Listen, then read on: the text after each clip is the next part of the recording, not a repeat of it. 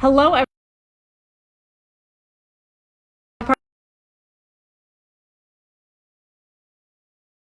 In this video.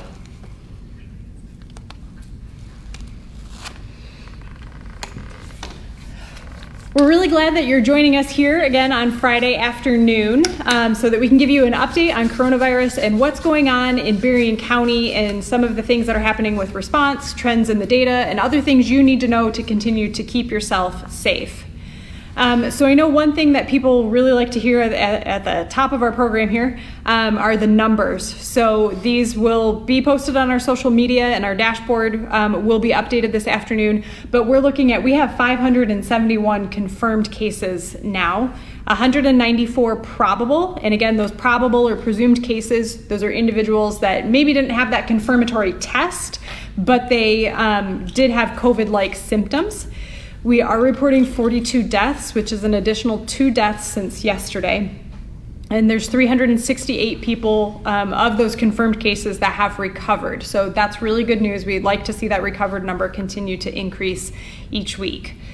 I know what we've talked about a lot around here, around the county, and at this Facebook Live is some of the things that we're watching for in the data, and this is becoming really important as we're thinking about reopening. Reopening's on everybody's mind, isn't it, Under Sheriff? Yes, it is. So some of the things we're watching for are trends in the number of confirmed cases, and if those are going up or down or maintaining, the percent of our tests that are positive, what's going on with deaths and hospital admissions. And I'm sure those of you who've been following along for a while, we've all been noticing that we're seeing increases in the number of our confirmed cases and in the deaths and hospital admissions. And to give you all a little bit of an understanding of why that's happening. So first of all, we're expecting to see more confirmed cases, and that I believe is going to continue to happen over the next several weeks. Part of the reason for that is we're doing more testing. We're doing more testing of the general public, but we're also doing some more testing in congregate facilities, even like the jail. Do you want to tell us a little bit about what's going on with the jail? Sure. So as last week talked about, our strategy in testing was systematic approach. And then we were approached in our region with the Michigan National Guard.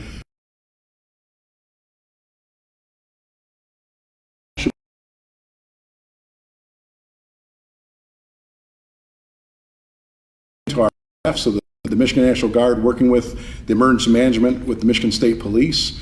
They brought down 2 teams to, go through the jail and do that. It is voluntary. The inmates can refuse, and same thing for staff. But we're looking for, that's a snapshot. It doesn't tell us, for the next couple of days. We will continue the strategy of systematic testing in the jail, but it does give us an indication, and we're thankful for the help. I know there's several counties, jails in our district that are doing that today. So we're just appreciative of that offer. Yeah, absolutely. But the impact that then has on the numbers, we know that if we test a few hundred people in a day, we're likely to find some asymptomatic carriers. And that's good. That helps us identify the asymptomatic carriers. We can do some quarantine and isolation, regardless of the facility that they're in, to help stop spread. But then what that does is it continues to add to that confirmed case count. So I know some of you are wondering, oh my gosh, what's going on? It feels like once we hit 300 cases, we're now at 571 pretty quickly. And this is what you would expect as we continue to increase the amount of tests that are happening, not only in these sorts of institutional facilities, but also to the general public. So that's definitely why we're starting to see these increases. What the good news is that our percent positive rate is decreasing. And this is another really important marker, and we believe it's what the governor is using to help make some of her decisions about how different regions are reopening. So that's the total number of cases done in a community with the percent of those tests that come back positive, and we want to see those trends go down. We are seeing a downward trend over the last 11 or 12 days. We've seen a pretty significant decrease in that percent positive. We're continuing to hope to see that go down, and that's really good, because as our capacity to detect COVID goes down, we want to see the number of cases go down.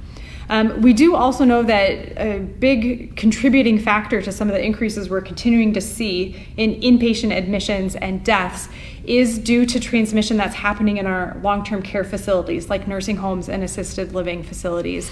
And this is a really tragic thing when it happens and it gets into these facilities, and it can be really challenging. When you have people who are very vulnerable to serious illness and even death from a COVID infection that are living in relatively close quarters, it's easier for transmission to occur and to have some pretty devastating results. So this is something we're continuing to work with.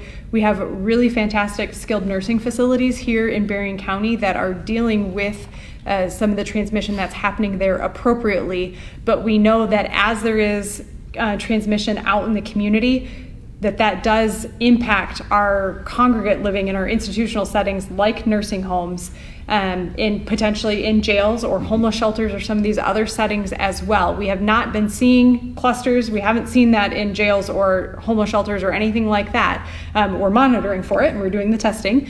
But in our nursing homes, has been transmission. There have been deaths of nursing home residents, and that is contributing significantly to the increases we're seeing in hospitalization and deaths. So that matters a lot. We're very concerned about all the people that are impacted in that way. It is an important piece of context in interpreting the data.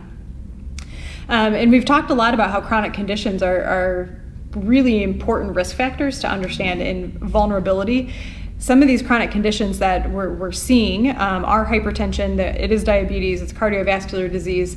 Those are things that are relatively prevalent in our community as well. For anybody who's been following Berrien County Health Department for the last few years, those are things that we've consistently shared that we're working towards. So a lot of these things are playing off of each other. And that's why it's really important for everybody to understand risk reduction, because lots of people do have very well-controlled hypertension or well-controlled diabetes, or there are some of these things. Risk reduction is going to become really, really important. So we can't get ourselves to a no-risk situation, and no one can eliminate the risk of COVID-19, but you can reduce your risk of infection and make some informed choices as to how you're going to move about in your life, especially as more and more things reopen. We did hear from the governor yesterday. That was yesterday, right? Yes. Yeah, yesterday. It goes together. The time is blurry. We did hear yesterday we're allowed to have gatherings of less than 10 people.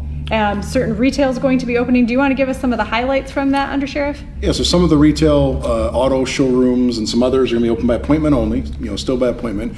The main thing that people have on their mind right now is going into the Memorial Day weekend. Yeah. You can have a gathering of up to 10, but it's still important, as you mentioned, with the risk reduction, who that is, and social distancing still needs to be adhered to. So people hear gatherings, and even within that gathering, social distancing is still vital to the defense, of the virus. And as like you mentioned before, if you have several different gatherings at different times of 10 people, that just widens that, the access or increases the risk for that. So just to, again, as we've said many times, social distancing is really our only defense right now, with not having a vaccine or any antidote for that. So. Yeah, and just to give an example to that, so if I want to have a barbecue at my house with less than 10 people, I can do that on Saturday.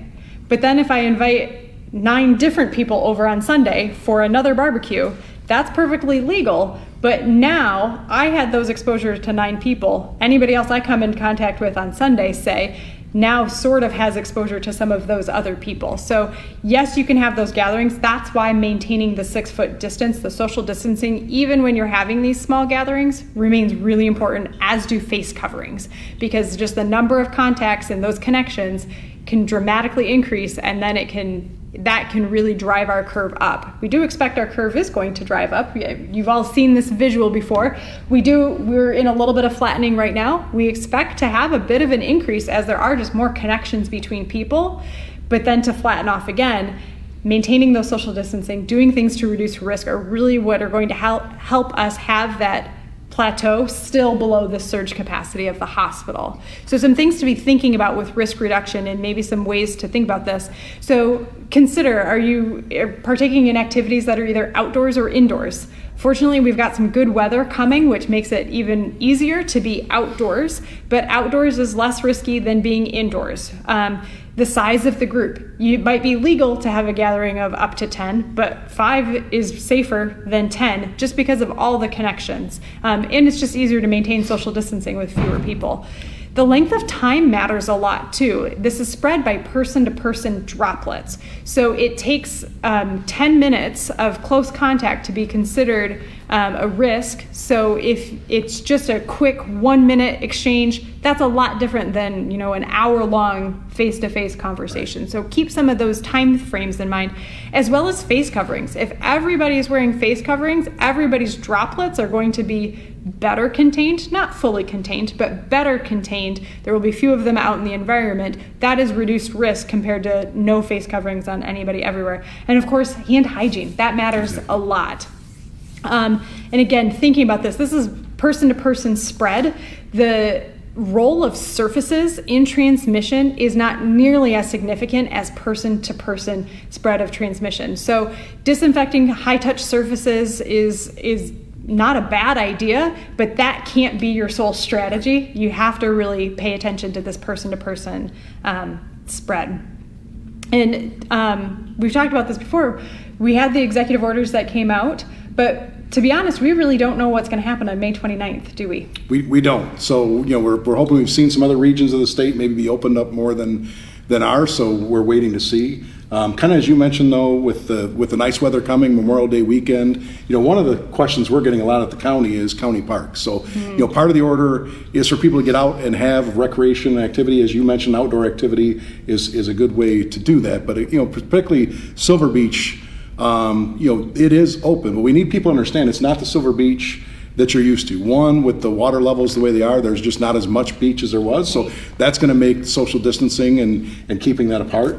We will have a deputy working with the Parks Department down there to monitor, the beach. And if it gets to be too crowded, we'll be closing. I know that we're already looking at capacity of vehicles probably at 50%, and that'll be closed like it would have been if it was, at the floor. The other thing to remember is the public restrooms are not open, so there's very limited porta potty facilities there. The volleyball courts, the playgrounds, and those type of activities are not allowed right now. The concession stand will be open, but it's going to be limited, and they're going to work on how they can do that social distancing. So it's great to get out and get exercise, but it is going to be a different experience. We want people to get out. It looks like it's going to be great weather. Rocky Gap County Park is also opening, but again, we just really need people to adhere to the social distancing just for the safety of everybody. Yeah, absolutely. It's not going to be our typical go spend the entire day at the beach that we may have been accustomed to. Especially for family with kids, and knowing that the restrooms are not open and planning for that ahead of time, it's going to be a different experience, but we do want people to be able to enjoy, the great weather, and we're hoping it is, great weather. Yeah, absolutely. That's really important. So, thinking about Memorial Day weekend as the kickoff to some of these summer activities, I think we don't have a crystal ball. I wish we did to predict how the rest of the summer or the fall might go. And I know a lot of people in these really uncertain times really want some certain answers, and I want to be able to provide them for you. We just don't know what's going to come. But some predictions and projections that we're making about what this might look like, as I said earlier, we do expect spread to continue. We do expect all of these risk reduction measures that we've been talking about to be part of our daily lives for probably several months, probably until we have a vaccine. So thinking about what your social life looks like, where it unfolds, how it unfolds, is something that's definitely going to be part of our life. And not just our social life, our workplaces as well, because businesses are starting to prepare and gear for reopening, those that have not been able to yet. But we do expect transmission to continue increasing. It's a matter of how do we make sure that we keep transmission at a level that's low enough that the hospital still has room to provide care to anyone who may need care. So that's really important.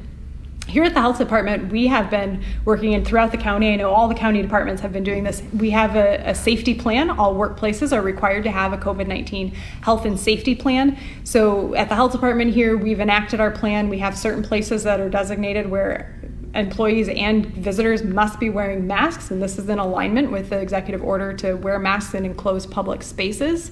But we're also moving towards reopening some of the services that we had to put on pause during the initial phase of response. So stay tuned, but starting June 1, we will have, as the health department, we have more of our clinical services are opening back up, some vaccinations. We know that we're concerned about children that may not have been receiving vaccines on time throughout this time period. That presents a risk, and we don't want that to continue.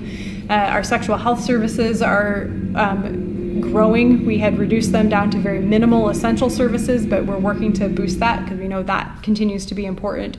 So if you have questions about health department services or what is open, our website is a really good place to look. You can also call the health department. If it's a program that you've been part of, you can call your contact in that program, but we're doing a lot more at looking towards that as we move into June. Definitely doing it in a way that minimizes that risk so that we can do it safely and healthily, but there's always that balance of doing everything to prevent disease transmission. There is a cost to some of those measures, and we have to really weigh the costs and benefits of all of these. One last thing I want to say before I think we get into some questions. We do have 4 locations in Berrien County that are available for testing, and I know we've talked before about how the Lakeland Outpatient Center does drive-through testing. You do need a doctor's orders to be able to access that, but you can talk to your primary care provider if you feel you need a COVID-19, and your primary care provider can work with you to determine if that's best, and then put those orders through. Intercare in Benton Harbor also has drive-through testing. If you don't have doctor's orders for Intercare, they will walk you through a screening process to determine your eligibility for testing. Rite Aid in Bridgman and the Walmart in Benton Harbor are also offering testing for the general public. You do not need a doctor's orders to access the tests at Rite Aid in Bridgman or Walmart Benton Harbor, but you do need to call ahead or go online to schedule an appointment, and they'll walk you through a screening process. At those 2 pharmacy locations, Rite Aid and Walmart, it is for those 18 and older, not for those under 18. So with that, I think, what questions are we getting? Well, one other thing, just, yes, you talked about county facilities, and one that I know we mentioned you. last week is the courthouse. So I know the health department is very, very integral in working with the court administration. So the court is under a little different guidelines. They've got a 4-phase approach for how they operate, and there's some guidelines. So I know they're working with the health department to make sure as they meet those.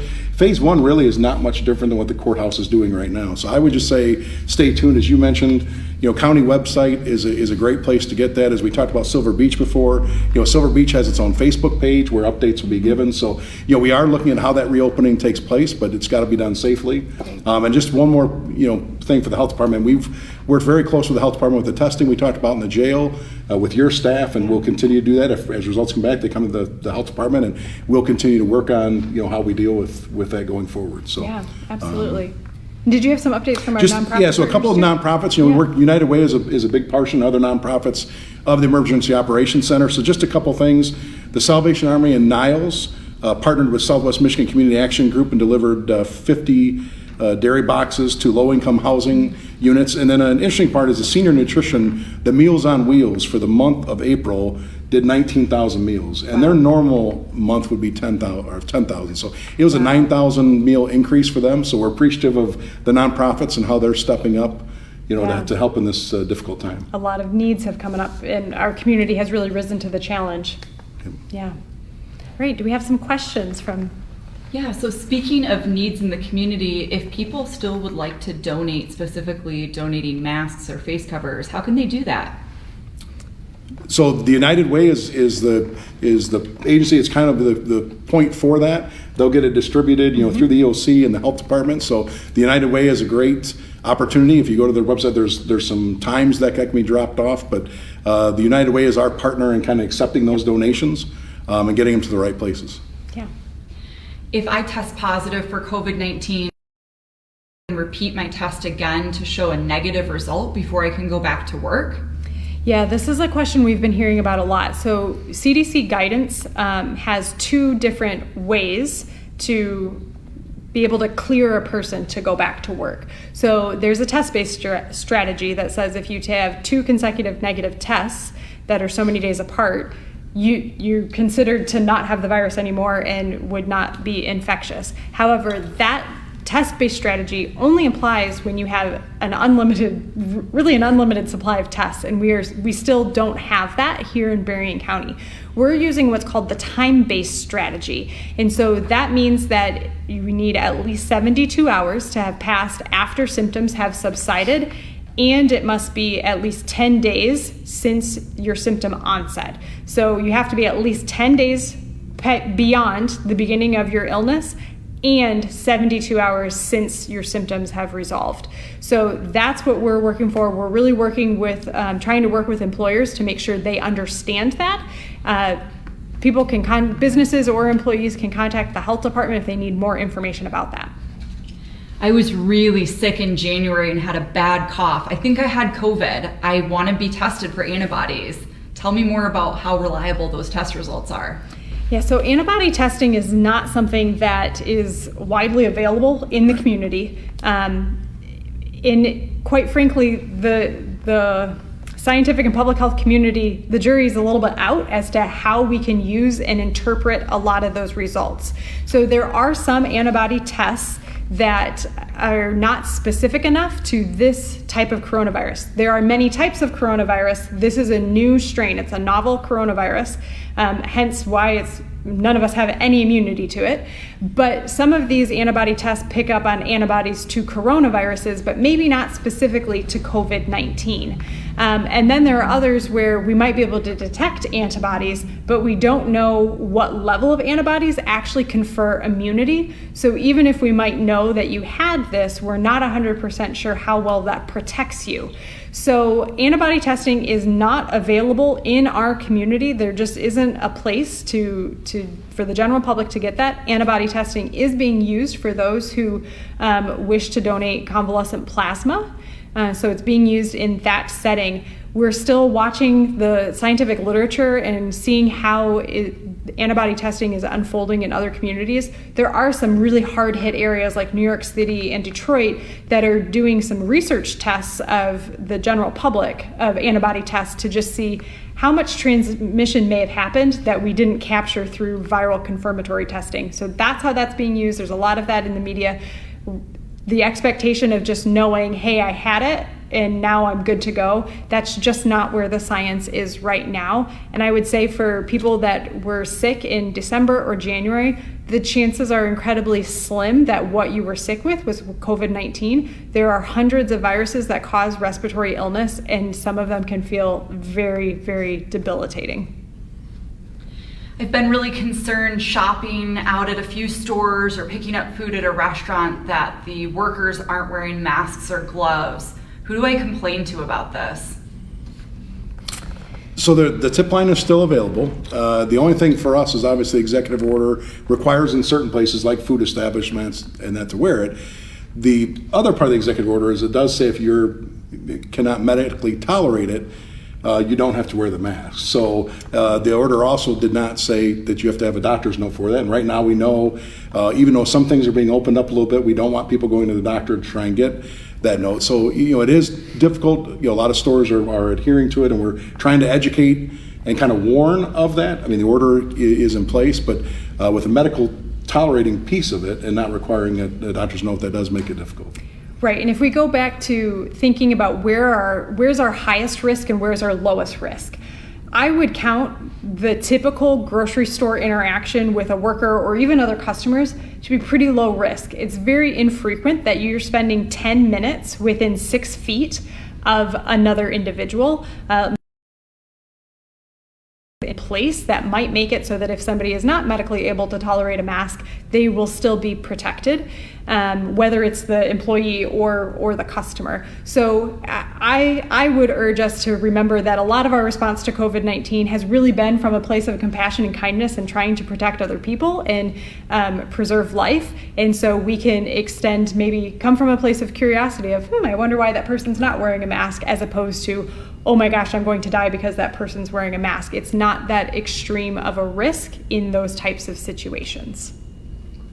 All right, so I think that is most of the questions. Is there anything else you'd like to add, Undersheriff? No, or did just we cover it? Forward more, and again, social distancing is the key right now. We're going into holiday weekend, so I know the gatherings, as we talked about, are there, but just really encouraging people to maintain and adhere to the social distancing guidelines. Yeah, to really be safe this weekend. All right, thank you, everybody. We appreciate you joining us. Take care.